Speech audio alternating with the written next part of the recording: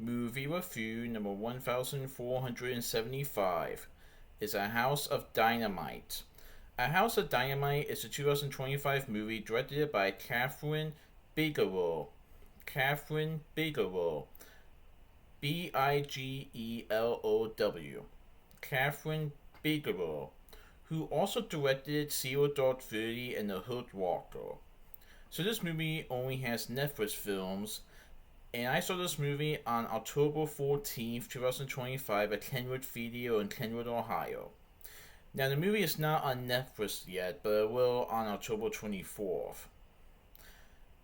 But I was able to see this movie in theaters, and I really enjoyed it. Now, I won't say what happens, but let's just say you won't believe how the film ends. But anyway, so, radars are detecting at Fort Greely, Alaska, and they detect a nuclear missile. The president and his entourage must use the limited time that they have to try to shoot down the missile before it reaches Chicago. So pretty much here's what happens. A single unattributed missile is launched at the United States and is heading towards the city of Chicago. And we see in this movie various people, including the President of the United States, who are in a race against time to determine the course of action with this missile. They are trying to shoot down this missile, but nothing seems to be working. And basically, the people need to get approval or permission from the President on what the President wants to do.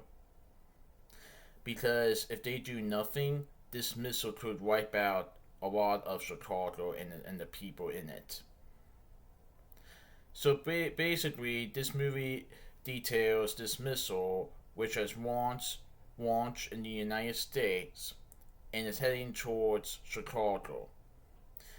So the President and other members of the White House or other cabinets are trying to figure out what this missile is, who launched it, and how to get rid of this missile before thousands of people get killed. Now, the movie is broken up into three parts. The third part is when we get to see the President of the United States. The first two parts are more on the cabinets or other people that work in the White House.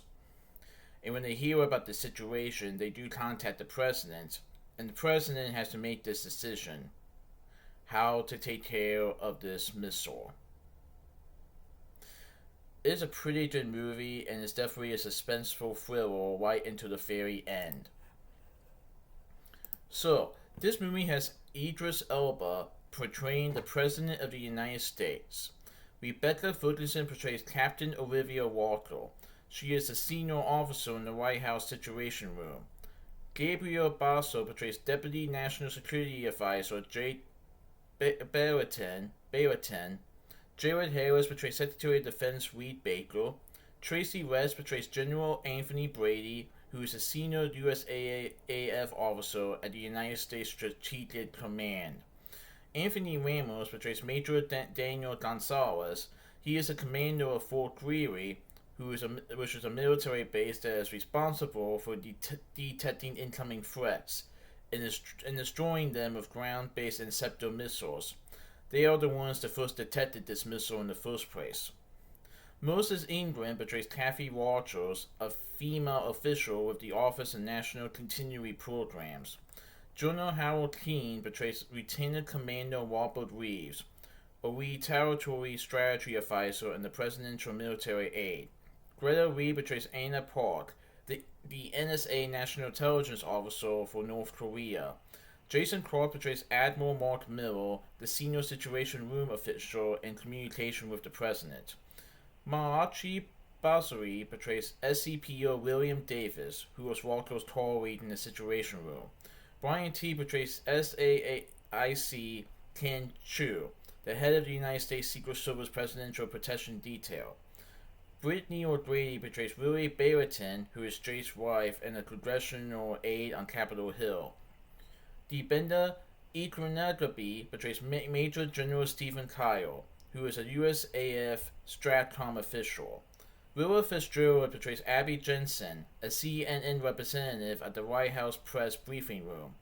Renee Elisi Goldsberry portrays the First Lady of the United States. Kyle Allen portrays Captain John Simmel, a B-2 bomber pilot. Caitlin Deaver portrays Caroline Baker, who is Baker's daughter. Francesca Capineri portrays Staff Sergeant Ari Jones, who is a soldier at Fort Greely. Arubabaki Ari portrays Lieutenant Dan Buck, who is a soldier at Fort Greely, and Angel Reese portrays herself.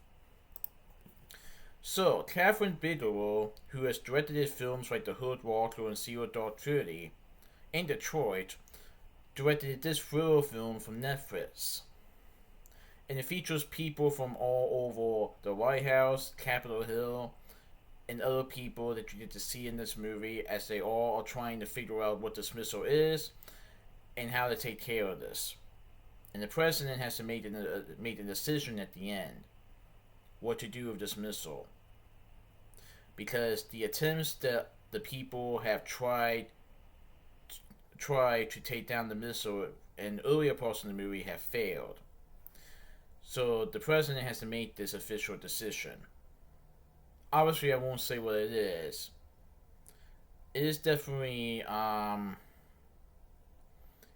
interesting how the movie ended. But that's all I'm going to say. But it does come out on the 24th, and it's a pretty good movie.